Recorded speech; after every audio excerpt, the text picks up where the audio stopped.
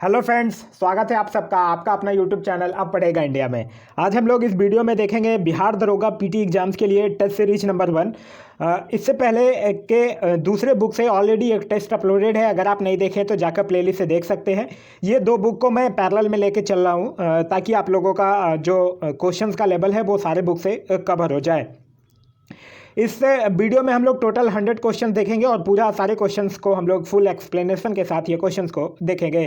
तो आइए बढ़ते हैं अपने क्वेश्चंस की तरफ। आगे बढ़ने से पहले आज हमारा देश भारत जो है वो 72वें गणतंत्र दिवस मना रहा है। आप सभी को गणतंत्र दिवस की हार्दिक शुभकामनाएं। आप लोगों से एक छोटी सी अपील है, आज गणतंत्र दिवस के अवसर पर जो कि हमारा देश 72वां गणतंत्र दिवस मना रहा है, इस अवसर पर आप लोगों से एक छोटी सी रिक्वेस्ट है कि आप लोग इंडिया के बारे में जो कुछ भी या आपको लगता है कि आप एक इंडियन होकर एक प्राउड फील हो रहा है आपको, तो आप इंडिया के बारे में एक लाइन कमेंट करके जरूर बताइए।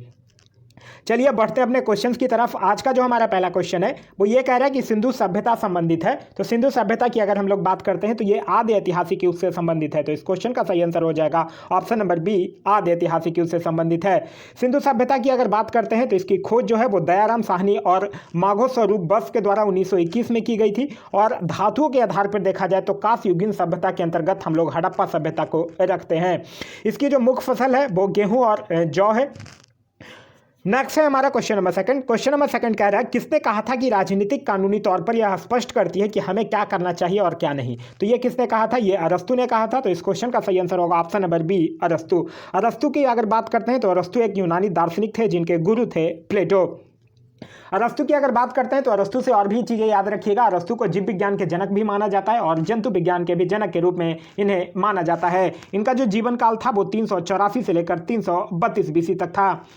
नेक्स्ट हमारा क्वेश्चन नंबर थर्ड कह रहा है भारतीय संविधान नागरिकों को कितने प्रकार के मौलिक अधिकार प्रदान करता है। तो ये 6 प्रकार के करता है। लेकिन अगर हम लोग बात करते हैं मूल संविधान की तो मूल संविधान में 700 प्रकार के मौलिक अधिकारों का वर्णन था। लेकिन 44वें संविधान संशोधन के द्वारा जो संपत्ति का अधिकार था उसको हटाकर मौलिक अधिकार से कानूनी अधिकार में 300 के ए के तहत रख दिया गया है।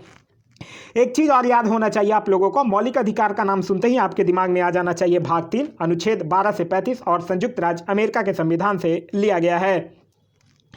नेक्स्ट है हमारा क्वेश्चन नंबर 4। क्वेश्चन नंबर 4 कह रहा है कि ऋग्वेद के प्रसिद्ध गायत्री मंत्र का संबंध किस देवता से है। तो ऋग्वेद के प्रसिद्ध जो गायत्री मंत्र का जो संबंध है वो है सावित्री से। तो इस क्वेश्चन का जो सही आंसर होगा वो होगा ऑप्शन नंबर बी, सावित्री से। सावित्री के स्तुति में ही गायत्री मंत्र की रचना की गई थी और किसके द्वारा किया गया था? विश्वामित्र के द्वारा किया गया था। और ऋग्वेद के तीसरे मंडल में गायत्री मंत्र का उल्लेख मिलता है। टोटल अगर ऋग्वेद की बात करते हैं तो इसमें 10 मंडल, 1028 सूक्त और 10,462 ऋचाएं हैं।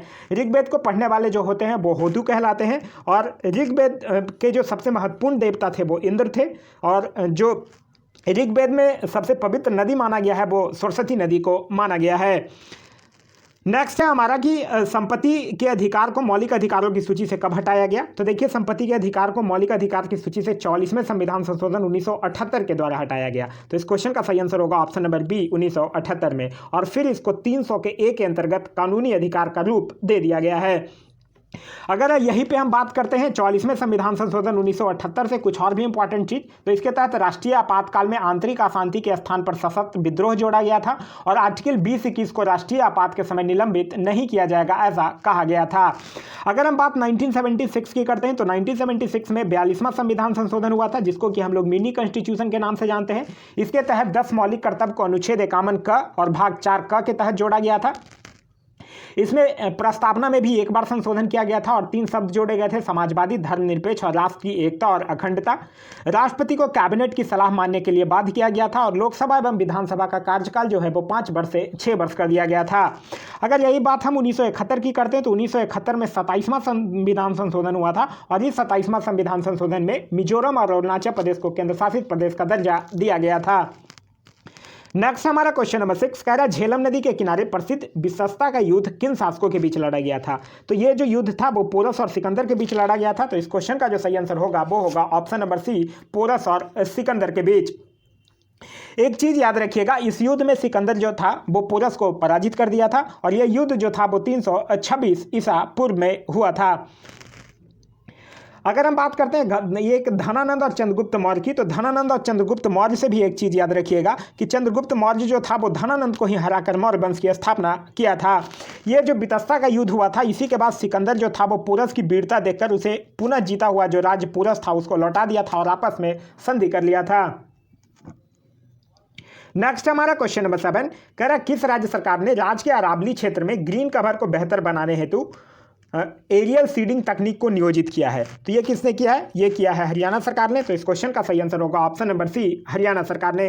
हरियाणा की अगर बात करते हैं तो इसका गठन जो है वो 1 नवंबर 1966 को। यहाँ के मुख्यमंत्री का नाम है मनोहर लाल खट्टर, यहाँ के राज्यपाल हैं सत्यदेव नारायण। यहाँ कुछ अन्य योजनाएं भी चलाई जा रही है, जैसे जल ही जीवन है योजना, गोवर्धन योजना, मुख्यमंत्री परिवार समृद्धि योजना। नेक्स्ट हमारा कुशीनगर उत्तर प्रदेश के किस जिले में स्थित है? तो कुशीनगर की अगर बात करते हैं तो ये जो है वो उत्तर प्रदेश के देवरिया जिले में स्थित है। तो इस क्वेश्चन का सही आंसर होगा ऑप्शन नंबर बी, देवरिया जिले में। आप लोगों को कुशीनगर से एक चीज़ याद होगा कि बुद्ध का जो महापरिनिर्माण है 483 BC में, वो यही कुशीनगर में हुआ था। और बुद्ध का जो जन्म है वो 563 ईस्वी पूर्व में कपिलवस्तु के लुम्बिनी में हुआ था। नेक्स्ट हमारा भारत का संविधान ब्लैंक कब से लागू हुआ? तो भारत का संविधान आप लोगों को पता ही होगा कि 26 जनवरी 1950 को लागू हुआ। तो इस क्वेश्चन का सही आंसर होगा ऑप्शन नंबर सी, 26 जनवरी 1950 को लागू हुआ। लेकिन भारत का जो संविधान था वो 26 नवंबर 1949 को ही बनकर तैयार हो गया था। और लेकिन जब एक आप लोगों को याद होगा कि सर्वप्रथम जब 26 जनवरी 1930 को तिरंगा झंडा फहराया गया था लाहौर में, उसी समय पंडित जवाहरलाल नेहरू जो थे रावी नदी के तट पर ध्वज फहराए थे और हर बार स्वतंत्रता दिवस मनाने का निर्णय लिया था। और इसी के कारण 26 जनवरी 1950 को फिर अब हमारा गणतंत्र होता है और उसी दिन हम लोग गणतंत्र दिवस के रूप में मनाते हैं। नेक्स्ट हमारा अशोकीय अभिलेखों में प्रयुक्त लिपि भाषा में कौन असत्य है? तो अशोकीय अभिलेखों में प्रयुक्त लिपि भाषा में देखिए जो संस्कृत है वो असत्य है, क्योंकि खरोष्टी में मिलता है, अरमाइका में भी मिलता है, ब्राह्मी में भी मिलता है और साथ ही साथ ग्रीक में भी मिलता है, लेकिन संस्कृत में नहीं मिलता है। तो इस क्वेश्चन का सही आंसर होगा ऑप्शन नंबर डी, संस्कृत में नहीं मिलता है। देखिए ग्रीक और अरमाइका लिपि का जो अभिलेख है वो अफगानिस्तान से प्राप्त होता है, खरोष्टी लिपि का जो अभिलेख है वो उत्तर पश्चिम पाकिस्तान से प्राप्त होता है और ब्राह्मी लिपि का जो अभिलेख है वो शेष भारत से प्राप्त होता है। एक चीज़ यहाँ से याद रखिएगा, अशोक के जो अभिलेख पढ़ने के जो सर्वप्रथम सफलता मिली थी वो जेम्स प्रिसेप को 1837 में मिला था। नेक्स्ट हमारा क्वेश्चन नंबर 11 कह रहा है प्राचीन भारत का महान व्याकरण लेखक पतंजलि किसका समकालीन था? तो पतंजलि जो था वो पुष्यमित्र शुंग के समकालीन थे। तो इस क्वेश्चन का सही आंसर होगा option number D, Pushyamitra Shunga. Pushyamitra Shunga से आप लोगों को याद होगा कि ये अश्वमेध यज्ञ करवाया था और उसमें जो पतंजलि थे वो प्रधान पुरोहित के रूप में कार्य किए थे। अगर हम और ऑप्शंस की बात करते हैं, अगर हम चंद्रगुप्त द्वितीय की बात करते हैं तो चंद्रगुप्त द्वितीय से याद रखिएगा, चंद्रगुप्त द्वितीय के शासनकाल में संस्कृत भाषा के सबसे प्रसिद्ध कवि कालिदास थे। इन्हीं के काल में आर्यभट्ट, बारहमिहिर, धन्वंतरी, ब्रह्मगुप्त ये सब भी जो थे वो चंद्रगुप्त द्वितीय के ही दरबार के प्रमुख विद्वान थे। अगर हम बात कनिष्क की करते हैं तो वसुमित्र, पार्श्व, चरक, नागार्जुन ये सब जो थे वो कनिष्क के दरबारी थे। नेक्स्ट हमारा सूची 1 और सूची 2 को मिलान करने के लिए कह रहा है। बारहमिहिर की अगर हम लोग बात करते हैं तो ये बृहदत्त संहिता के साथ मैच करेगा। विशाखदत्त की अगर बात करते हैं तो ये देवी चंद्रगुप्तम के साथ मैच करेगा। शूद्रक की अगर हम लोग बात करते हैं तो ये मृच्छकटिकम के साथ मैच करेगा और बिल्हन की अगर बात करते हैं तो ये विक्रमादेव चरित्रम के साथ मैच करेगा। ये जो प्रबंध चिंतामणि है ये अगर मैच करने के लिए रहता तब मेरुतंगु के साथ ये मैच करता, मेरुतुंग के साथ। नेक्स्ट हमारा क्वेश्चन नंबर 13 कह रहा मध्ययुगीन भारत के शासक राजवंशों से उनकी राजधानियों का मेल कीजिए। प्रतिहार की अगर बात करते हैं तो ये कन्नौज के साथ मैच करेगा। और प्रतिहार वंश का संस्थापक कौन था? प्रतिहार वंश का संस्थापक था नागभट्ट प्रथम। चंदेल की अगर बात करते हैं तो ये खजुराहो के साथ मैच करेगा और ये यहाँ के जो संस्थापक थे उनका नाम था नन्नुक। परमार वंश की अगर बात करते हैं तो ये धारानगरी के साथ मैच करेगा और यहाँ के जो संस्थापक थे उनका नाम था उपेंद्र। और सोलंकी वंश की अगर बात करते हैं तो इसकी राजधानी थी अहिलबाड़ और इसके जो संस्थापक थे उनका नाम था मूलराज। नेक्स्ट हमारा कि एक बस जो है वो 80 किलोमीटर प्रति घंटे की चाल से चलती है और 10 मिनट में देरी से अपने गंतव्य स्थान पर पहुंचती है। यदि वह 90 किलोमीटर प्रति घंटे की चाल से चली तो वह सिर्फ 8 मिनट में दूरी पर पहुंच जाती है। तो बस से द्वारा अपनी यात्रा पूरा करने के लिए सही समय क्या है? देखिए मान लीजिए कि वास्तविक समय जो है वो 1 मिनट लगा है तो आप इसको लिख सकते हैं 80 किलोमीटर पर आवर स्पीड है और x + 10 मतलब पहले 10 मिनट ज़्यादा लगा है। ये मिनट में इसको आवर में बदलने के लिए हम लोग 60 से डिवाइड कर देते हैं और इसके बराबर हम लोग क्या लिख सकते हैं 90 इंटू में x + 8 और अपॉन में 60। इन दोनों को सॉल्व करके x की वैल्यू निकाल लीजिएगा। x की वैल्यू आ जाएगी 8 मिनट। तो इस क्वेश्चन का सही आंसर होगा ऑप्शन नंबर ए 8 मिनट।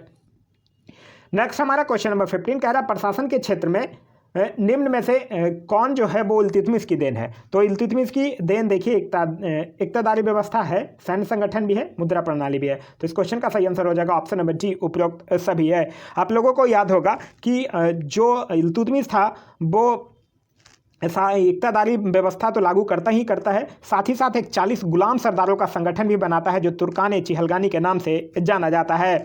इल्तुतमिश से और याद रखने वाली बातें यह है कि ये 2 महत्वपूर्ण धातुओं के सिक्के, चांदी का टंका और तांबे का जितल भी चलवाता है। यह जो था वो पहला शासक था जिसने 1229 में बगदाद के खलीफा से सुल्तान पद की वैधानिक स्वीकृति भी प्राप्त की थी। नेक्स्ट हमारा कृष्णदेव राव ने अमुक्त माल्यद नामक प्रसिद्ध ग्रंथ की रचना किस भाषा में किया था? तो ये तेलुगु भाषा में किया था। तो इस क्वेश्चन का सही आंसर होगा ऑप्शन नंबर बी, तेलुगु भाषा में। कृष्णदेव राव से एक चीज याद रखिएगा, यह संस्कृत भाषा में एक जाम्बवती कल्याणम की भी रचना किया था। कृष्णदेव राव से और भी कुछ याद रखने वाली बात यह है कि इसी के शासनकाल में जो पुर्तगाल यात्री था डोमिगोस पायस, वो विजयनगर आया था। कृष्णदेव राय जो था वो आंध्र भोज, अभिनव भोज, आंध्र पितामह की उपाधि धारण किया था। इसके दरबार में तेलुगु साहित्य के 8 कवि रहते थे जिसे अष्ट दिग्गज कहा जाता था, और ये इसके कृष्णदेव राव के शासनकाल को तेलुगु साहित्य का क्लासिक युग भी कहा जाता है। नेक्स्ट हमारा क्वेश्चन नंबर 17 कह रहा है निम्नलिखित में से किस भक्ति संत ने अपने संदेश के प्रचार के लिए सबसे पहले हिंदी का प्रयोग किया? तो सबसे पहले हिंदी का प्रयोग किया था किसने? रामानंद ने। तो इस क्वेश्चन का सही आंसर होगा ऑप्शन नंबर सी, रामानंद ने। रामानंद से एक चीज याद रखिएगा, इनको उत्तर भारत में भक्ति आंदोलन का जनक भी माना जाता है। इनका जो जन्म था वो प्रयाग में हुआ था। साथ ही साथ इनसे एक चीज और याद रखिएगा, इनके जो 12 शिष्य थे उनमें 2 स्त्रियां भी थी जिनका नाम था पद्मावती और सूरसूरी। इनके जो कुछ प्रमुख शिष्य थे वो थे रैदास, कबीर, पीपा, घना, सघना, ये सब इनके कुछ प्रमुख शिष्य थे। अगर हम बात कबीर की करते हैं तो कबीर से याद रखिएगा, ये निर्गुण भक्ति धारा से जुड़े ऐसे प्रथम भक्त थे जिन्होंने संत होने के बाद भी पूर्णतः गृहस्थ जीवन का निर्वहन किया था। कबीर की बानी का संग्रह जो है वो बीजक नाम से प्रसिद्ध है। कबीर के उपदेश जो शब्द हैं वो सिखों के आदि ग्रंथ में संग्रहित हैं। कबीर जो थे वो सुल्तान सिकंदर लोदी के समकालीन थे। अगर हम यही बात दादू दयाल की करते हैं तो दादू दयाल से याद रखिएगा, ये कबीर के ही अनुयायी थे। इनका संबंध जो था वो धूनिया जाति से था और ये सांभर में आकर इन्होंने ब्रह्म संप्रदाय की स्थापना भी किया था और इन्होंने निपख नामक आंदोलन की भी शुरुआत की थी। अगर हम यही बात तुलसीदास की करते हैं तो तुलसीदास से याद रखिएगा, इन्होंने रामचरितमानस, विनय पत्रिका, कवितावली, दोहावली ये सब की रचना की है। नेक्स्ट हमारा अकबर के शासन में महाभारत की फारसी भाषा में अनुवाद किया गया था, वह किस नाम से जाना जाता है? तो वह रज्मनामा के नाम से जाना जाता है। तो इस क्वेश्चन का सही आंसर होगा ऑप्शन नंबर बी, रज्मनामा का अर्थ ही होता है युद्ध का पुस्तक। एक चीज और याद रखिएगा कि ये जो अकबर की अगर हम लोग बात करते हैं तो अकबर का जो जन्म हुआ था वो 1556 में, मृत्यु जो है इसकी 1605 में। इसके बचपन का नाम था जलाल। इसने दास प्रथा का अंत किया था 1562 में। तीर्थ यात्रा कर समाप्त कर दिया था 1563 में। जजिया कर समाप्त कर दिया था 1564 में। मजहर की घोषणा किया था 1579 में। दीन इलाही की स्थापना किया था 1582 में। नेक्स्ट क्वेश्चन हमारा क्वेश्चन नंबर 19। क्वेश्चन नंबर 19 कह रहा है कि संविधान की संकल्पना का उद्भव सबसे पहले कहाँ हुआ था? तो संविधान की संकल्पना का जो उद्भव है वो सबसे पहले संयुक्त राज्य अमेरिका में हुआ था। तो इस क्वेश्चन का सही आंसर होगा ऑप्शन नंबर सी, संयुक्त राज्य अमेरिका। विश्व का प्रथम संविधान संकल्पना जो है वो अमेरिका में 1787 ईस्वी में हुआ था। अमेरिका का संविधान जो है वो विश्व का सबसे छोटा संविधान है, इसमें केवल 7 अनुच्छेद हैं। अगर यही हम लोग भारत की बात करते हैं तो भारत का जो संविधान है वो विश्व का सबसे बड़ा संविधान है और ब्रिटेन का जो संविधान है वो अलिखित संविधान है। अमेरिका से एक चीज याद रखिएगा, अमेरिका की जो खोज है वो 1492 में कोलंबस के द्वारा किया गया था। नेक्स्ट हमारा सहायक संधि को स्वीकार करने वाला पहला भारतीय शासक कौन था? तो सहायक संधि को स्वीकार करने वाला जो पहला भारतीय शासक था वो था हैदराबाद का निजाम, जो कि 1798 में सहायक संधि स्वीकार कर लिया था। तो इस क्वेश्चन का सही आंसर होगा ऑप्शन नंबर बी, हैदराबाद का निजाम। अगर हम लोग बात करते हैं कि सहायक संधि स्वीकार करने वाला प्रथम मराठा सरदार पूछेगा तब आपका आंसर हो जाएगा बाजीराव द्वितीय। लेकिन अगर सिर्फ मराठा वर्ड नहीं ऐड है तब आपका आंसर हो जाएगा हैदराबाद का निजाम। एक चीज याद रखिएगा, जो इंदौर के होलकरों थे उन्होंने सहायक संधि को स्वीकार नहीं किया था। फिर बाद में हैदराबाद जब 1798 में कर लेता है तो फिर मैसूर 1799 में करता है, तंजौर भी 1799 में, अवध 1801 में, फिर पेशवा बाजीराव जो था वो 1802 में करता है। एक चीज़ यहाँ से याद रखिएगा कि भारत में सहायक संधि का जो प्रयोग है वो ब्लेजली से भी पहले पूर्व फ्रांसीसी गवर्नर डुप्ले के द्वारा किया गया था। नेक्स्ट हमारा बक्सर के युद्ध में अंग्रेजी सेना ने अपने किस सेनानायक के नेतृत्व में मीर कासिम की संयुक्त सेना को पराजित किया था? तो ये जो है वो हेक्टर मुनरो के नेतृत्व में। तो इस क्वेश्चन का सही आंसर होगा option number A, Hector Munro. Buxar की युद्ध की अगर बात करते हैं तो बक्सर का युद्ध जो है वो 1764 ईस्वी में अंग्रेजों और मीर कासिम अवध के नवाब सिराजुद्दौला और मुगल सम्राट शाह आलम के बीच हुआ था। इसमें फिर बक्सर का जो युद्ध है वो इलाहाबाद की संधि के द्वारा 12 अगस्त 1765 ईस्वी को खत्म होता है और फिर बंगाल, बिहार और उड़ीसा की जो दीवानी अधिकार है वो अंग्रेजों को प्राप्त हो जाते हैं। नेक्स्ट हमारा क्वेश्चन नंबर 22। क्वेश्चन नंबर 22 कह रहा है कि ब्रिक्स पर्यावरण मंत्रियों की छठी बैठक की अध्यक्षता किस देश ने किया है? तो इसकी अध्यक्षता किस देश ने किया है? ये किया है रूस ने। तो इस क्वेश्चन का सही आंसर होगा ऑप्शन नंबर बी, रूस ने। अगर हम बात ब्रिक्स की करते हैं तो ब्रिक्स के जो स्थापना है वो 1958 में हुआ, 2009 में हुआ है। ब्रिक्स का स्थापना 2009 में हुआ है और 2009 में जब स्थापना हुआ था तो ये सिर्फ और सिर्फ ब्रिक था, ठीक है। फिर 2010 में इसमें साउथ अफ्रीका ऐड हो जाता है, तब ये ब्रिक्स बन जाता है। और ब्रिक्स में कंट्री हैं ब्राज़ील, रसिया, इंडिया, चाइना और साउथ अफ्रीका। अगर हम रसिया की बात करते हैं तो रसिया की राजधानी है मॉस्को, यहाँ की करेंसी है रूबल, यहाँ के संसद को बोला जाता है पीपुल्स कांग्रेस, यहाँ के राष्ट्रपति का नाम है व्लादिमीर पुतिन। भारत और रूस के बीच कुछ अभ्यास भी होता है, एक है इंद्र अभ्यास, एक है इंद्र नेवी अभ्यास। अगर हम यहीं पे बात और ऑप्शंस की करते हैं तो ब्राज़ील से याद रखिएगा, ब्राज़ील की राजधानी है ब्राजीलिया, यहाँ की करेंसी है रियाल। और चीन की अगर बात करते हैं तो चीन की राजधानी है बीजिंग और यहाँ की करेंसी है रेनमिनबे। नेक्स्ट हमारा नासा ने किस संस्था के साथ मिलकर मार्स 2020 परसेवरेंस रोवर मिशन का शुभारंभ किया है? तो ये किसके साथ मिलकर किया है? ये किया है यूएलए के साथ मिलकर। यूएलए क्या है? यूनाइटेड लॉन्च अलायंस है इसका नाम, और इसकी स्थापना की गई है 2006 में। तो इस क्वेश्चन का सही आंसर होगा ऑप्शन नंबर ए। अगर हम CNES की बात करते हैं तो CNES है the national centre for space studies, जिसका कि हेडक्वार्टर है पेरिस में। इसकी स्थापना हुई है 1961 में। अगर हम बात इसरो की करते हैं तो इसरो का फुल फॉर्म है इंडियन स्पेस रिसर्च ऑर्गेनाइजेशन, जिसकी स्थापना 1969 में और हेडक्वार्टर जो है वो बेंगलुरु में। अगर हम बात नासा की करते हैं तो नासा का फुल फॉर्म होता है the national aeronautics and space administration, जिसकी स्थापना 1958 में और हेडक्वार्टर जो है वो वाशिंगटन DC में है। नेक्स्ट हमारा सूची 1 और सूची 2 को सुमेलित करने के लिए कह रहा है। मार्लो मिंटो सुधार 1909 किसके साथ मैच होगा? ये सांप्रदायिक निर्वाचन क्षेत्र के साथ मैच होगा। अगर साइमन कमीशन की बात करते हैं यानी 1928, ये देशव्यापी आंदोलन के साथ मैच होगा। चौरी चौरा घटना यानी 5 फरवरी 1922, ये असहयोग आंदोलन के वापस लिए जाने के साथ मैच होगा। और डांडी मार्च की अगर बात करते हैं तो ये 12 मार्च को शुरू हुआ था, 12 मार्च को चलना शुरू किए थे गांधी जी और 6 अप्रैल को पहुंच गए थे और डांडी मार्च शुरू किए थे। और ये नमक के अवैध निर्माण के साथ मैच करेगा। नेक्स्ट है हमारा कि किसने कहा था दरो दीवार पे हसरत की नज़र करते हैं, खुश रहो अहले वतन हम तो सफ़र करते हैं? तो ये किसके द्वारा कहा गया था? ये बाजिद अली शाह के द्वारा कहा गया था। तो इस क्वेश्चन का सही आंसर होगा option number D, Wajid Ali Shah. ये जो बाजिद अली शाह था ये अवध का नवाब था, जिस पर लॉर्ड डलहौजी ने कुशासन का आरोप लगाकर अवध को अपने अंग्रेजी राज्य में मिला लिया था। अगर यहीं पे बात हम अशफाक उल्लाह खान की करते हैं तो अशफाक उल्लाह खान को काकोडी षड्यंत्र केस में फांसी दिया गया था और ये शायद पहले क्रांतिकारी मुसलमान थे जो देश की स्वतंत्रता के लिए फांसी पर लटक गए थे। रामप्रसाद बिस्मिल की अगर बात करते हैं तो रामप्रसाद बिस्मिल को भी काकोडी षड्यंत्र केस में ही फांसी दिया गया था और इन्होंने सरफरोशी की तमन्ना जो है वो गीत रामप्रसाद बिस्मिल के द्वारा ही लिखा गया है। बहादुर शाह जफर की अगर बात करते हैं तो बहादुर शाह जफर जो था वो मुगल वंश का अंतिम बादशाह था, जिसने प्रथम स्वतंत्रता संग्राम यानी कि 1857 के विद्रोह में दिल्ली का नेतृत्व किया था। नेक्स्ट हमारा वायसराय इरविन द्वारा गांधी जी द्वारा प्रस्तुत 11 सूत्री मांग पर कोई विचार न करने की स्थिति में नमक सत्याग्रह की शुरुआत हुई। तो अभी हम लोगों ने देखा नमक सत्याग्रह की शुरुआत जो थी वो 12 मार्च 1930 को तो साबरमती आश्रम से दांडी यात्रा के लिए प्रारंभ किया गया था और फिर 6 अप्रैल 1930 को वहां पहुंचकर नमक कानून तोड़ते हैं और नमक सत्याग्रह की शुरुआत होती है। तो इस क्वेश्चन का सही आंसर हो जाएगा ऑप्शन नंबर बी, 6 अप्रैल 1930 को। एक चीज याद रखिएगा, जो ये गांधी जी की नमक आंदोलन है या नमक सत्याग्रह है, इसकी सुभाष चंद्र बोस जो थे वो नमक सत्याग्रह की तुलना जो था वो नेपोलियन की एल्बा से पेरिस यात्रा से किया था। नेक्स्ट है हमारा चंद्रमा पृथ्वी का एक चक्कर कितने दिनों में लगाता है? तो चंद्रमा पृथ्वी का एक चक्कर जो है वो 27.3 दिनों में लगाता है। तो इस क्वेश्चन का जो सही आंसर होगा वो होगा ऑप्शन नंबर सी, 27.3 दिनों में। एक चीज़ याद रखिएगा, अगर यही क्वेश्चन आपसे पूछ ले कि सूर्य का चक्कर कितने दिनों में लगाता है, तो चंद्रमा जो है वो सूर्य की परिक्रमा जो है वो 29.53 दिनों में करता है। चंद्रमा की अगर हम लोग बात करते हैं तो चंद्रमा को जीवाश्म ग्रह भी कहा जाता है। चंद्रमा की सतह और उसकी आंतरिक स्थिति का अध्ययन करने वाला जो विज्ञान है वो उसको सेलेनोलॉजी कहा जाता है। चंद्रमा का जो व्यास है वो 3480 किलोमीटर है और इसका जो द्रव्यमान है वो पृथ्वी के द्रव्यमान का लगभग 1/81 भाग है। नेक्स्ट हमारा, यदि एक कार अपनी प्रारंभिक स्थिति में 20 सेकंड में 144 किलोमीटर प्रति घंटा की गति तक समान रूप से त्वरित होती है तो वह कितनी दूरी तय करेगी। देखिए 144 क्या है, इसकी स्पीड दी हुई है और यहाँ दिया हुआ है, तो यहाँ टाइम दिया हुआ है 20 सेकंड, तो ये किलोमीटर पर आवर है, तो इसको 5/18 से मल्टीप्लाइड करके मीटर पर सेकंड में कन्वर्ट कर लीजिए, तब हो जाएगा 40 मीटर पर सेकंड, और फिर 40 को 20 से मल्टीप्लाइड कर दीजिए, यानी 800 मीटर आपका जो आंसर आ जाएगा। तो इस क्वेश्चन का सही आंसर होगा option number C, 800 metre.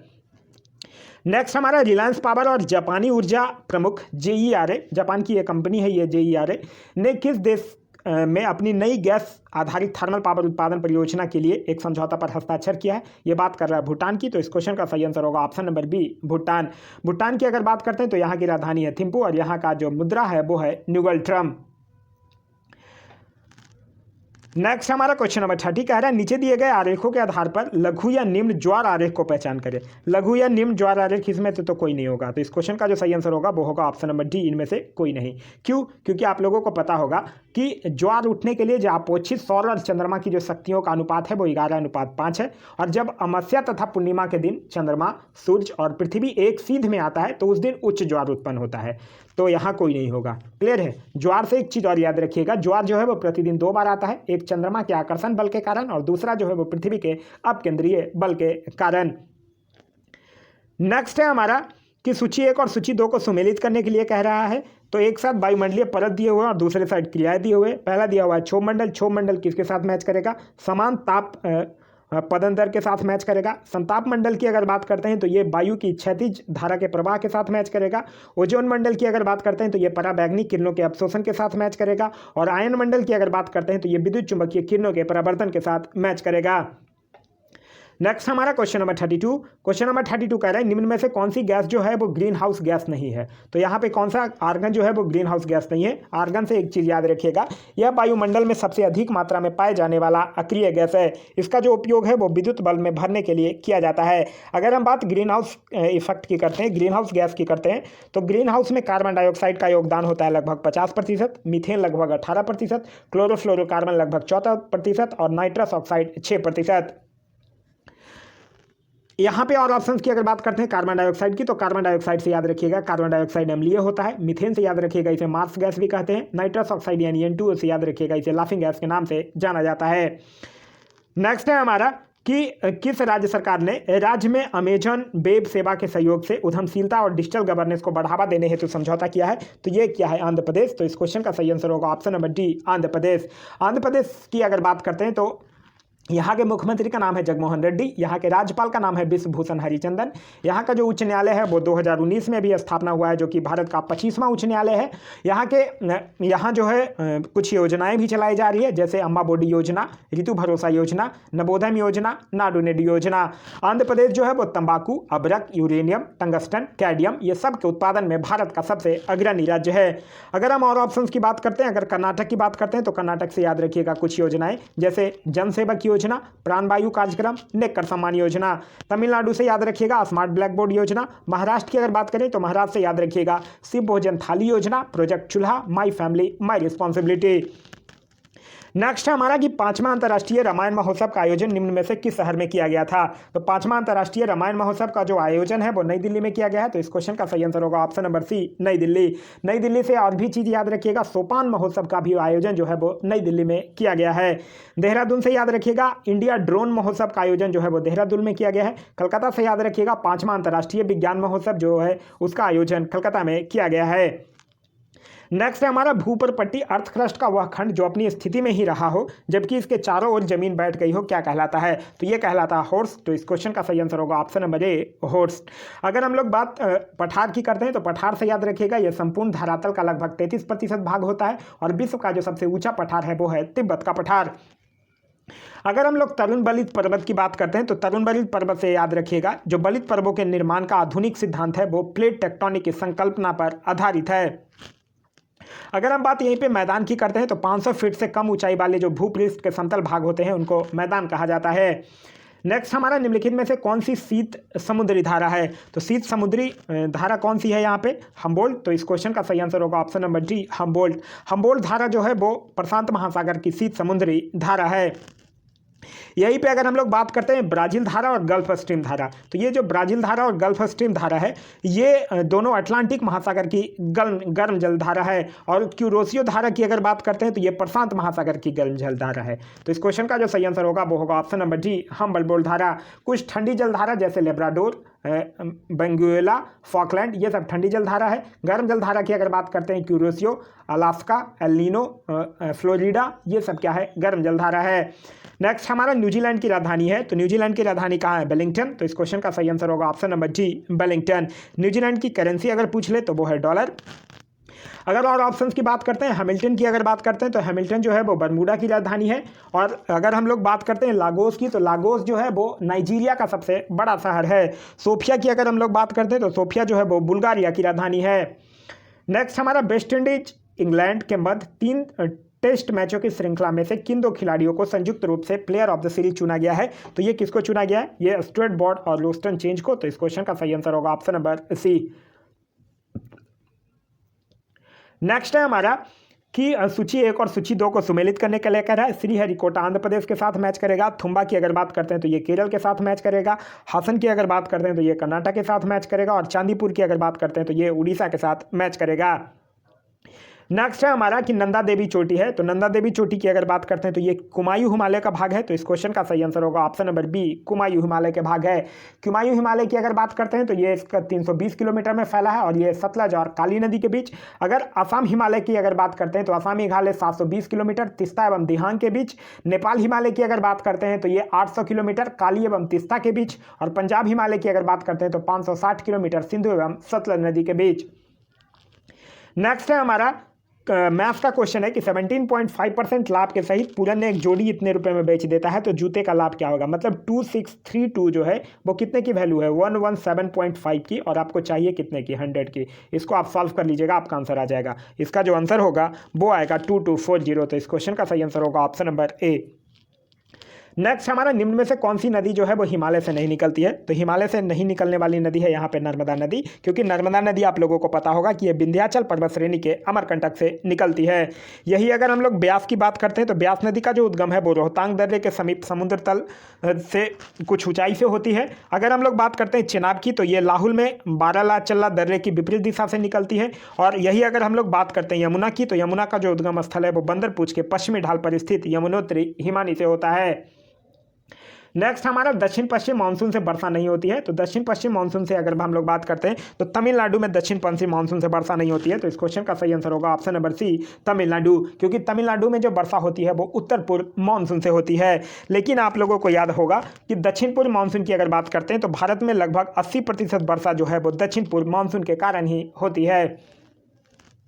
Next हमारा निम्न में से कौन सा सुमेलित नहीं है, तो अगर हम लोग बात करते हैं यहाँ पे कि कौन सा सुमेलित नहीं है, तो चंदन जो जम्मू कश्मीर वो सुमेलित नहीं है। क्योंकि चंदन जो है वो कर्नाटक और तमिलनाडु में मिलता है। तो इस क्वेश्चन का सही आंसर होगा ऑप्शन नंबर बी, चंदन तमिलनाडु और कर्नाटक।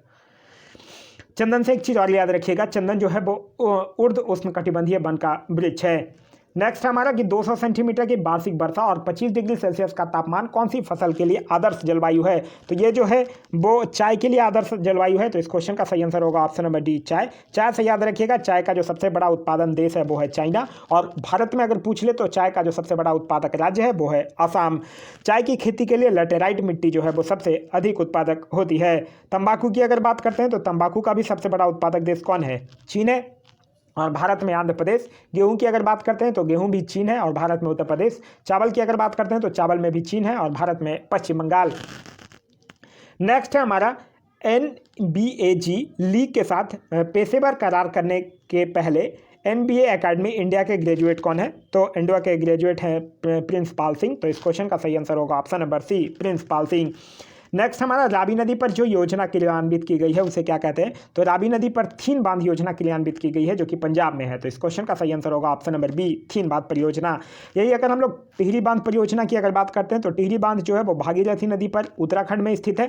और माही बांध परियोजना की अगर बात करते हैं तो माही बांध परियोजना जो है वो माही नदी पर स्थित है, जिससे कि गुजरात राज्य लाभान्वित राज्य है। नेक्स्ट हमारे दिए गए बंदरगाहों में से कौन सा बंदरगाह कुद्रेमुख लॉयस का निर्यात करता है, तो कुद्रेमुख लॉयस का निर्यात जो है वो न्यू मैंगलोर बंदरगाह करता है। तो इस क्वेश्चन का सही आंसर होगा option number B, New Mangalore बंदरगाह। एक चीज़ और याद रखिएगा, अगर हम और ऑप्शंस की बात करते हैं तो अगर हम लोग बात करते हैं कोचीन की, तो कोचीन बंदरगाह जो है वो केरल में है। और मुंबई की अगर बात करते हैं तो मुंबई और नाहरलागुन ये दोनों महाराष्ट्र में है। और अगर हम लोग बात करते हैं किसकी, चेन्नई की, तो चेन्नई क्या है, एक कृत्रिम बंदरगाह है जो भारत का सबसे पुराना बंदरगाह है। विशाखापट्टनम की अगर बात करते हैं तो विशाखापट्टनम से याद रखिएगा, यह देश का सर्वश्रेष्ठ प्राकृतिक बंदरगाह है और ये भारत का सबसे गहरा बंदरगाह भी है। नेक्स्ट हमारा श्रीहरिकोटा स्थित है। तो श्रीहरिकोटा की अगर बात करते हैं तो ये आंध्र प्रदेश में स्थित है। तो इस क्वेश्चन का सही आंसर होगा ऑप्शन नंबर सी, आंध्र प्रदेश में स्थित है। श्रीहरिकोटा जो है वो इसरो का प्रमुख प्रक्षेपण केंद्र है जो कि आंध्र प्रदेश के पूर्वी तट पर स्थित है। नेक्स्ट हमारा निम्नलिखित स्तंभों को सुमेलित करें तथा नीचे दिए गए कूट से सही उत्तर का चयन करें। अगर हम लोग बात करते हैं मीनाबक्कम की, तो ये किसके साथ मैच करेगा, ये हवाई अड्डा जो है वो चेन्नई के साथ मैच करेगा। तो इस क्वेश्चन का सही आंसर होगा ये 3। सांता क्रूज की अगर बात करते हैं तो सांता क्रूज जो हवाई अड्डा है वो है मुंबई में। इंदिरा गांधी अंतर्राष्ट्रीय हवाई अड्डा है दिल्ली में। और दमदम हवाई अड्डा की अगर बात करते हैं तो ये है कोलकाता में। और राजा सांची हवाई अड्डा की अगर बात करते हैं तो ये है अमृतसर में। और भी कुछ अन्य हवाई अड्डे याद रखिएगा, जैसे छत्रपति शिवाजी है मुंबई में, नेताजी सुभाष चंद्र बोस है कलकत्ता में, राजीव गांधी है हैदराबाद में, केम्पेगौड़ा है बेंगलोर में। नेक्स्ट है हमारा कि शेरशाह सूरी द्वारा निर्मित ग्रैंड ट्रंक रोड पहले कोलकाता को जोड़ता था। तो पहले ये कोलकाता को पेशावर तक जोड़ता था। तो इस क्वेश्चन का सही आंसर होगा ऑप्शन नंबर डी, पेशावर तक।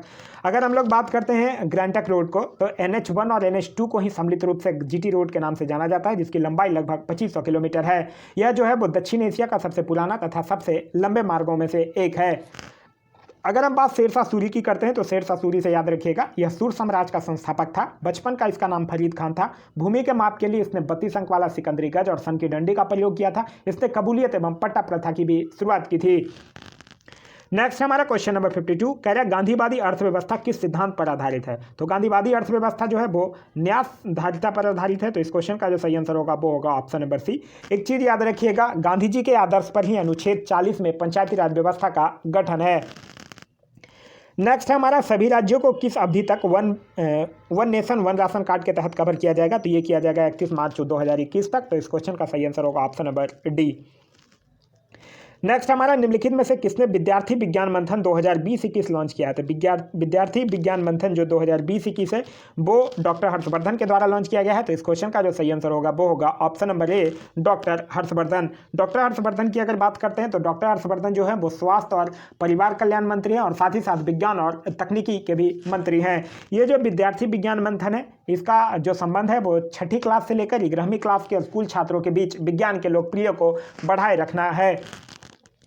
ये सब देखिए, ये करंट का क्वेश्चन है। करंट का क्वेश्चन ऑलरेडी मैं करंट के काफ़ी सारे सेट्स अपलोड कर दिया हूँ। जो अभी एडिटोरिया का जो नया बुक आया है उसका जो 26 सेट्स है उसके पीछे वो सेट्स का जो 50 क्वेश्चन हर एक सेट में है उसका फुल एक्सप्लेनेशन के साथ मैं वो वीडियो अपलोड कर दिया हूँ, वो आप जाकर देख लीजिए। क्योंकि कहीं ना कहीं आप लोग भी ये चीज़ जानते होंगे कि बिहार SI PT के लिए जो सबसे मेन पार्ट है वो है करंट अफेयर।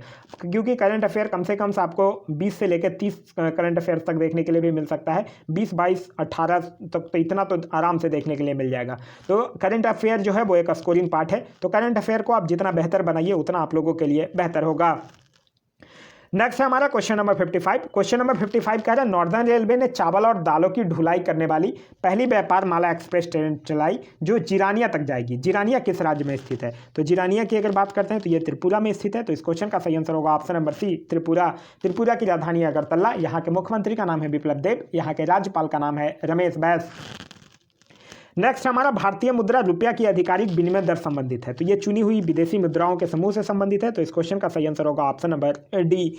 भारतीय मुद्रा से एक चीज़ याद रखिएगा कि भारत की जो मौद्रिक व्यवस्था की इकाई है वो रुपया ही है, जिसकी कागजी करेंसी और सिक्के दोनों प्रचलित हैं।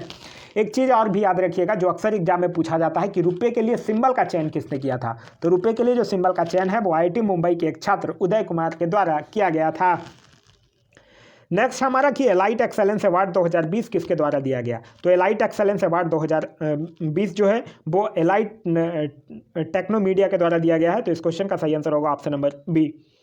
नेक्स्ट हमारा भारतीय रिजर्व बैंक में भारत में मुद्रा आपूर्ति को M1, M2, M3 एवं M4 में बांटा गया है। M1 के अंतर्गत निम्न में से कौन कौन से आते हैं। तो देखिए M1 के अंतर्गत आता है जनता के पास मुद्रा, बैंकों की मांग जमा और रिजर्व बैंक के पास अन्य जमाएं। ये तीनों चीज़ आता है। तो इस क्वेश्चन का जो सही आंसर होगा वो होगा 1, 2 और 3 तीनों।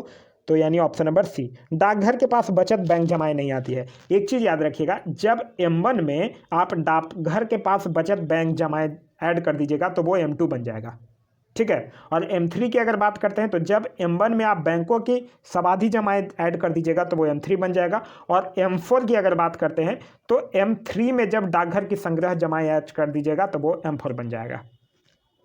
नेक्स्ट हमारा विश्व संस्कृत दिवस 2020 की स्थिति को मनाया गया। तो विश्व संस्कृत दिवस 2020 की अगर हम लोग बात करते हैं तो ये 3 अगस्त को मनाया गया है। तो इस क्वेश्चन का जो सही आंसर होगा वो होगा ऑप्शन नंबर सी, 3 अगस्त। अगस्त में कुछ और भी अनइम्पॉर्टेंट डेज मनाए जाते हैं, जैसे 12 अगस्त को मनाया जाता है अंतर्राष्ट्रीय युवा दिवस, 12 अगस्त को ही विश्व हाथी दिवस भी मनाया जाता है, 20 अगस्त को मनाया जाता है सद्भावना दिवस और 29 अगस्त को मनाया जाता है राष्ट्रीय खेल दिवस। नेक्स्ट है हमारा क्वेश्चन नंबर 60। मैथ्स का क्वेश्चन है कि 2665 को 2 भागों में इस प्रकार विभाजित किया गया कि पहले भाग पर 3% ब्याज की दर से 8 वर्ष में अर्जित साधारण ब्याज दूसरे भाग पर 5% ब्याज की दर से 3 वर्षों में अर्जित साधारण ब्याज के बराबर है। तो दूसरे भाग की राशि ज्ञात कीजिए। देखिए ये क्वेश्चन आप लोग पढ़े होंगे। प्रिंसिपल 1, एक प्रिंसिपल को x मान लीजिए, तो प्रिंसिपल सेकंड क्या हो जाएगा 2665 माइनस एक्स। अब इसको इंटरेस्ट लगा दीजिए, इस पर इंटरेस्ट लगा दीजिए और दोनों को बराबर कर दीजिए, तो x की वैल्यू निकल जाएगी और x जो आएगा वो फिर उसको 2665 में से माइनस कर दीजिएगा तो आपका आंसर आ जाएगा। इस क्वेश्चन का जो सही आंसर होगा वो होगा 1640 रुपये। नेक्स्ट है हमारा कि संघ केंद्र द्वारा वसूल किए गए निम्नलिखित करों में से वह कर कौन सा है जिसे राज्यों को नहीं सौंपा जा सकता है। तो वो कर कौन सा है, माल प्रेषण पर कर है। तो इस क्वेश्चन का जो सही आंसर होगा वो होगा ऑप्शन नंबर सी, माल प्रेषण पर कर। देखिए आप लोगों को पता होगा कि केंद्र और राज्यों के बीच राजस्व का जो बंटवारा है वो वित्त आयोग की सिफारिश पर किया जाता है। कुछ करें जो है वो केंद्र सरकार लेती है और कुछ राज्य सरकार लेती है। जैसे केंद्रीय सरकार के अंतर्गत जो कर आता है वो है सीमा शुल्क, निगम कर, ये सब आता है। राज्य सरकार की अगर बात करते हैं तो इसके अंतर्गत बिक्री कर, मालगुजारी, कृषि आय पर कर, मनोरंजन कर, ये सब राज्य सरकार के अंतर्गत आने वाले कर हैं। नेक्स्ट है हमारा कि बजट घाटे से क्या तात्पर्य है। तो बजट घाटे से तात्पर्य है जब वित्तीय घाटे में से ब्याज का भुगतान घटा देते हैं तो वो बजट घाटा निकल जाता है। तो इस क्वेश्चन का सही आंसर होगा ऑप्शन नंबर डी, वित्तीय घाटे में से ब्याज का भुगतान घटाने पर।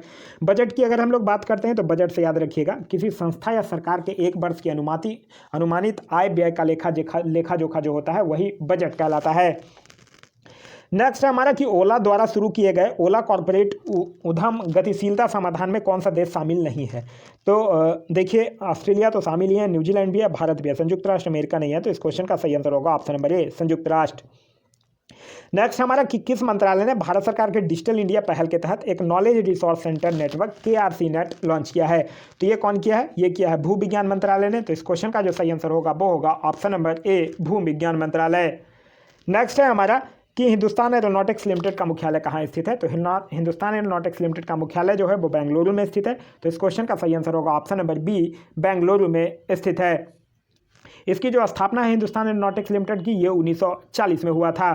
यही अगर हम और ऑप्शंस की बात करते हैं तो चेन्नई से याद रखिएगा चमड़ा अनुसंधान केंद्र, अहमदाबाद से याद रखिएगा कपड़ा उद्योग अनुसंधान केंद्र, दिल्ली से याद रखिएगा कृषि अनुसंधान केंद्र, भारतीय आयुर्विज्ञान विज्ञान संस्थान, राष्ट्रीय राजमार्ग प्राधिकरण, सड़क अनुसंधान संस्थान, ये सब नई दिल्ली से में स्थित है। नेक्स्ट हमारा एनपीके का संपूर्ण देश के लिए आदर्श अनुपात क्या है। तो एनपीके का संपूर्ण देश के लिए आदर्श अनुपात जो है वो 4:2:1 है। तो इस क्वेश्चन का सही आंसर होगा ऑप्शन नंबर ए, 4:2:1 है।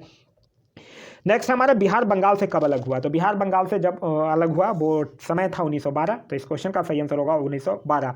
आप लोगों को याद होगा कि बिहार को बंगाल से अलग करने की जो घोषणा हुई थी वो लॉर्ड हार्डिंग द्वितीय के काल में 12 दिसंबर 1911 को दिल्ली दरबार में ब्रिटेन के राजा जॉर्ज पंचम के द्वारा किया गया था। एक चीज़ और याद रखिएगा कि बिहार से उड़ीसा कब अलग हुआ था, तब अगर पूछ ले तब 1936 में अलग हुआ था। नेक्स्ट हमारा राष्ट्रीय चिन्हों में सीओ की संख्या कितनी है। तो राष्ट्रीय चिन्हों में जो सीओ की संख्या है वो है 4। तो इस क्वेश्चन का सही आंसर होगा ऑप्शन नंबर बी, 4। और राष्ट्रीय चिन्ह को अपनाया कब गया था। तो राष्ट्रीय चिन्ह को अपनाया गया है 26 जनवरी 1950 को। राष्ट्रीय ध्वज कौन है, राष्ट्रीय ध्वज है तिरंगा, जिसको अपनाया गया 22 जुलाई 1947 को। जल जीव है गंगा डॉल्फिन, जिसको कि 18 मई 2010 को अपनाया गया। राष्ट्रीय पंचांग है शक संवत पर आधारित, जिसको कि 22 मार्च 1957 को अपनाया गया। नेक्स्ट हमारा निम्नलिखित में से कौन सा देश जो है वो महात्मा गांधी को याद करने हेतु एक सिक्का बनाने पर विचार कर रहा है। तो ये है ब्रिटेन। तो इस क्वेश्चन का सही आंसर होगा option number D, great Britain. Britain की अगर बात करते हैं तो यहाँ की राजधानी है लंदन, यहाँ की करेंसी है पाउंड स्टर्लिंग, यहाँ के प्रधानमंत्री का नाम है बोरिस जॉनसन, यहाँ के रानी है एलिजाबेथ द्वितीय। नेक्स्ट हमारा मूल अधिकारों का निम्न कौन सा वर्ग जो है अस्पृश्यता की समाप्ति का समाविष्ट करता है?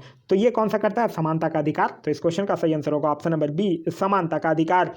एक चीज और याद रखिएगा, जो अनुच्छेद 17 है उसी के द्वारा अस्पृश्यता को समाप्त कर दिया गया है। नेक्स्ट क्वेश्चन है हमारा क्वेश्चन नंबर 71। क्वेश्चन नंबर 71 कह रहा है निदेशक तत्वों के बारे में यह कथन किसका है? क्या एक ऐसा चेक है जिसका भुगतान बैंक की इच्छा पर छोड़ दिया गया है?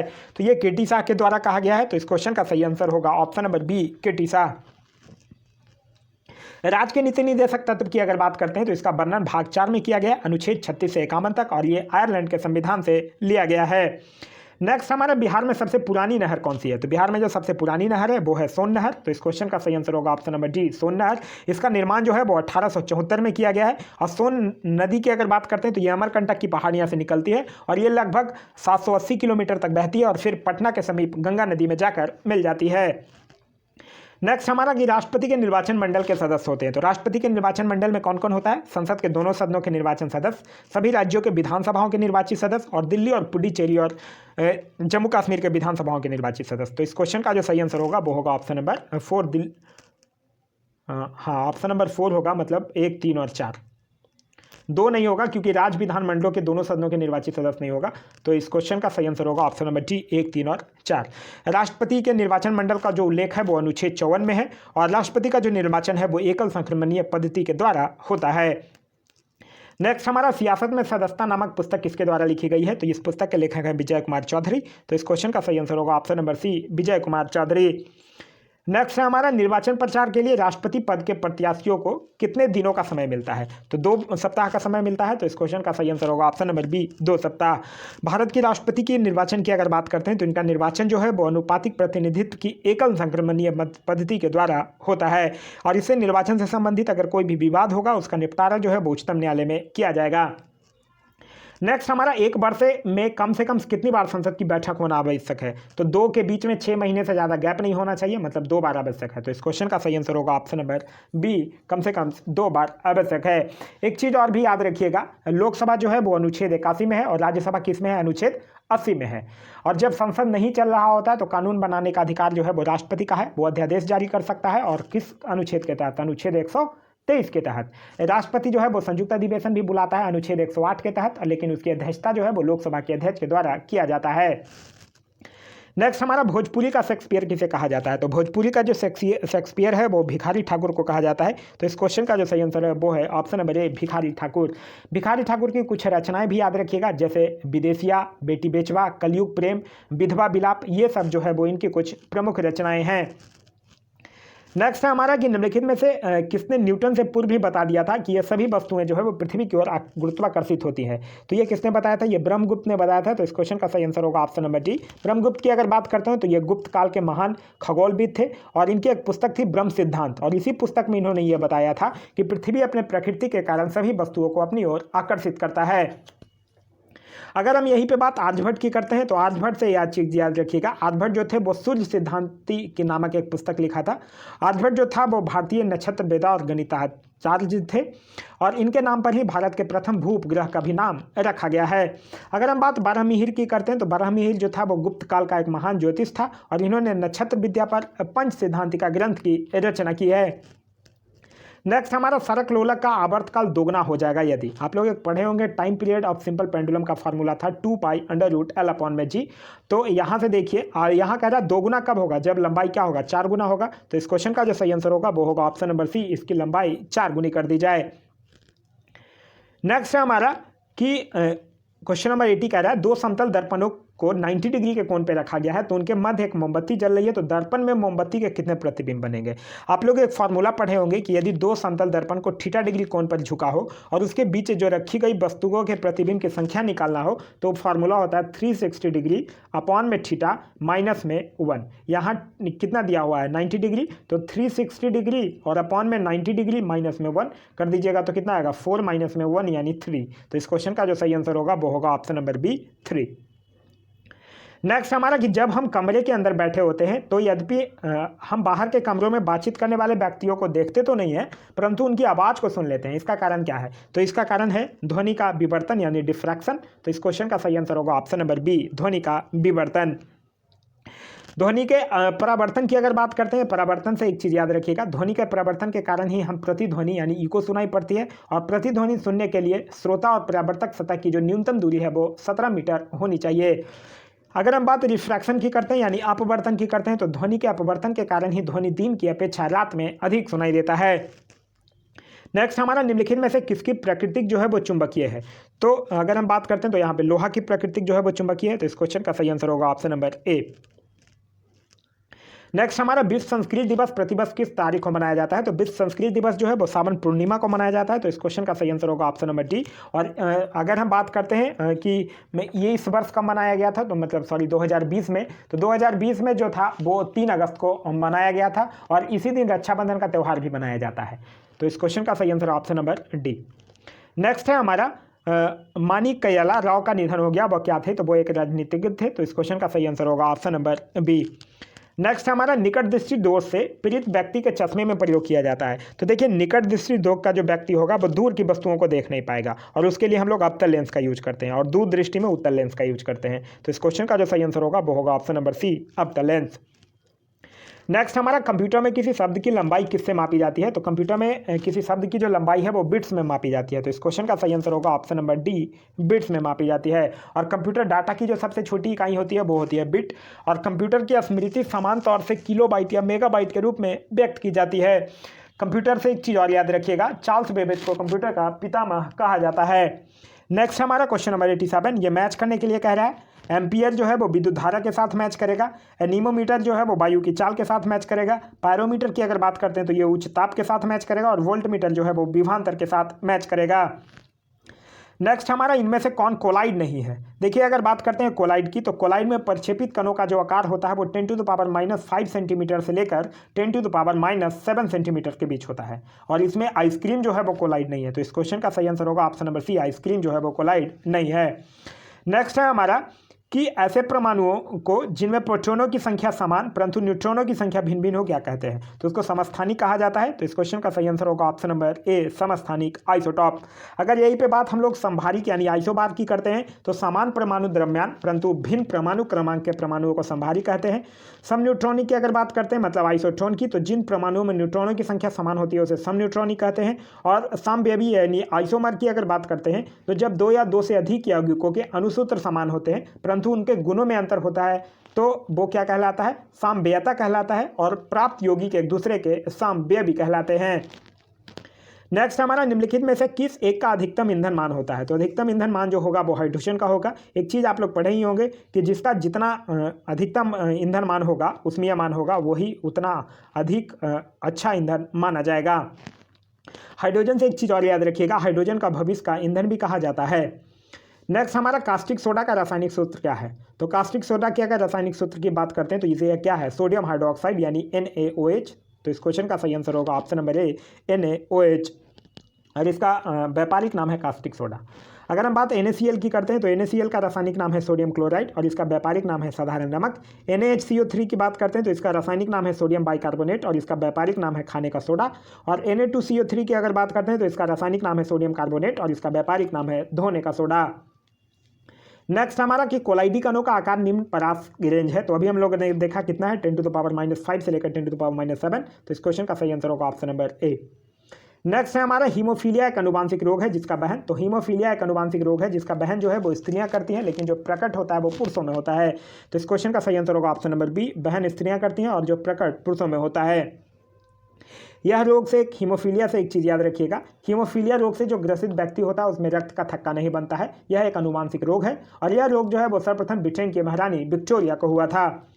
नेक्स्ट हमारा कि दूध को पचाने के लिए आवश्यक एंजाइम रेनिन और लैक्टोस मानव शरीर के कितने वर्ष की आयु में लुप्त हो जाता है। तो ये मानव शरीर में 5 वर्ष की आयु में लुप्त हो जाता है, तो इस क्वेश्चन का सही आंसर होगा ऑप्शन नंबर बी, रेनिन और पेप्सिन एंजाइम से याद रखिएगा। रेनिन और पेप्सिन एंजाइम जो होता है वो आमाशय से निकलने वाली जठर रस में पाया जाता है। नेक्स्ट है हमारा कि ऑक्सीजन की उपस्थिति में ग्लूकोज के कार्बन डाइऑक्साइड एवं जल में ऊर्जा निमुक्त होने के साथ पूर्ण रूपांतर होने को क्या कहते हैं? तो इसको हाइड्रोलिसिस कहते हैं, यानी जल अपघटन। तो इस क्वेश्चन का सही आंसर होगा ऑप्शन नंबर डी। अगर यहीं पे हम लोग बात करते हैं ग्लाइकोलिसिस की, तो ग्लाइकोलिसिस से याद रखिएगा यह एक प्रक्रिया है जिसमें एक ग्लूकोज अणु विघटित होकर पाइरुविक अम्ल के 2 अणु और तथा हाइड्रोजन के 4 अणु बनाता है। अगर हम एरोबिक रिस्पिरेशन और एनारोबिक रिस्पिरेशन की बात करते हैं, तो एरोबिक रिस्पिरेशन जो होता है वो माइटोकॉन्ड्रिया में होता है और इसमें ऑक्सीजन की जरूरत होती है। एनारोबिक रिस्पिरेशन जो होता है वो सेल साइटोप्लाज्म में होता है और इसमें ऑक्सीजन की जरूरत नहीं होती है। नेक्स्ट है हमारा, निम्नलिखित में से किस राज्य या केंद्र शासित प्रदेश ने ऑनलाइन शिक्षा के लिए ई ज्ञान मित्र मोबाइल ऐप लॉन्च किया है? तो ई ज्ञान मित्र मोबाइल ऐप लॉन्च करने वाला जो केंद्र शासित प्रदेश है वो है दादर नगर हवेली और दमन और दीप। अभी रिसेंटली इन दोनों को मर्ज कर दिया गया है। तो इस क्वेश्चन का सही आंसर होगा ऑप्शन नंबर सी। दिल्ली से याद रखिएगा, दिल्ली जीवन सेवा ऐप और ई पोर्टल लीड भी लॉन्च किया है। अगर हम बात महाराष्ट्र की करते हैं तो महाराष्ट्र से भी एक पोर्टल याद रखिएगा, महारोजगार पोर्टल जो है वो महाराष्ट्र सरकार के द्वारा लॉन्च किया गया है। नेक्स्ट क्वेश्चन है हमारा कि गुआना के राष्ट्रपति के रूप में इरफान अली ने शपथ ली है। गुआना की राजधानी कहाँ है? तो गुआना की राजधानी जो है वो है जॉर्ज टाउन। तो इस क्वेश्चन का सही आंसर होगा ऑप्शन नंबर ए, जॉर्ज टाउन। अगर यही तिराना की अगर बात करते हैं तो तिराना जो है वो अल्बानिया की राजधानी है और एरेवान जो है वो आर्मेनिया की राजधानी है। नेक्स्ट है हमारा कि यदि एक बहुभुज की प्रत्येक भुजा की लंबाई 2.9 सेंटीमीटर है और उसका परिमाप जो है वो 23.2 सेंटीमीटर है, तो बहुभुज की भुजाओं की संख्या ज्ञात कीजिए। बहुभुज की भुजाओं की संख्या बराबर आप लोग एक फॉर्मूला पढ़े होंगे कि परिमाप अपॉन में क्या, प्रत्येक भुजा। तो यहाँ पे 23.2 अपॉन में 2.9 कैंसिल आउट कीजिएगा तो 8 टाइम कैंसिल हो जाएगा। तो इस क्वेश्चन का सही आंसर होगा ऑप्शन नंबर डी, 8। नेक्स्ट हमारा मूलतः रामायण किस भाषा में लिखी गई थी? तो मूलतः रामायण जो है वो संस्कृत भाषा में लिखी गई है और रामायण महाकाव्य की रचना जो है वो महर्षि वाल्मीकि के द्वारा किया गया है। तो इस क्वेश्चन का सही आंसर होगा ऑप्शन नंबर सी, संस्कृत। यही आप अगर बात करते हैं पाली की, तो पाली से याद रखिएगा कि महात्मा बुद्ध जो थे वो अपना उपदेश पाली भाषा में दिए थे और प्राकृतिक की अगर बात करते हैं तो महावीर जो थे वो अपना उपदेश प्राकृत भाषा में दिए थे। नेक्स्ट हमारा क्वेश्चन नंबर 100 कह रहा है भारतीय रिजर्व बैंक आरबीआई ने एचडीएफसी बैंक के अगले मुख्य कार्यकारी अधिकारी के रूप में किसकी नियुक्ति को मंजूरी दे दी है? तो ये दिया है शशिधर जगदीशन का। तो इस क्वेश्चन का सही आंसर होगा ऑप्शन नंबर सी। अगर यही हम बात एचडीएफसी की करते हैं तो एचडीएफसी का हेडक्वार्टर जो है वो मुंबई में है और इसकी स्थापना जो है वो 1994 में हुई है। तो ये था हमारा आज का वीडियो। आज का वीडियो आप लोगों को कैसा लगा कमेंट करके जरूर बताइएगा। साथ ही साथ इस वीडियो से अगर कुछ सीखने के लिए मिला तो एक लाइक जरूर कर दीजिएगा। अगर वीडियो पसंद आया तो अपने दोस्तों के साथ शेयर करना ना भूलें। अभी तक आप हमारे चैनल पर नए जुड़े हैं या अभी तक आप हमें फॉलो नहीं किए हैं तो हमारे चैनल को सब्सक्राइब कर लें और साथ ही साथ बेल आइकन दबा लीजिए ताकि हमारे सारे वीडियो के नोटिफिकेशन आपको मिलते रहें। Thanks for watching.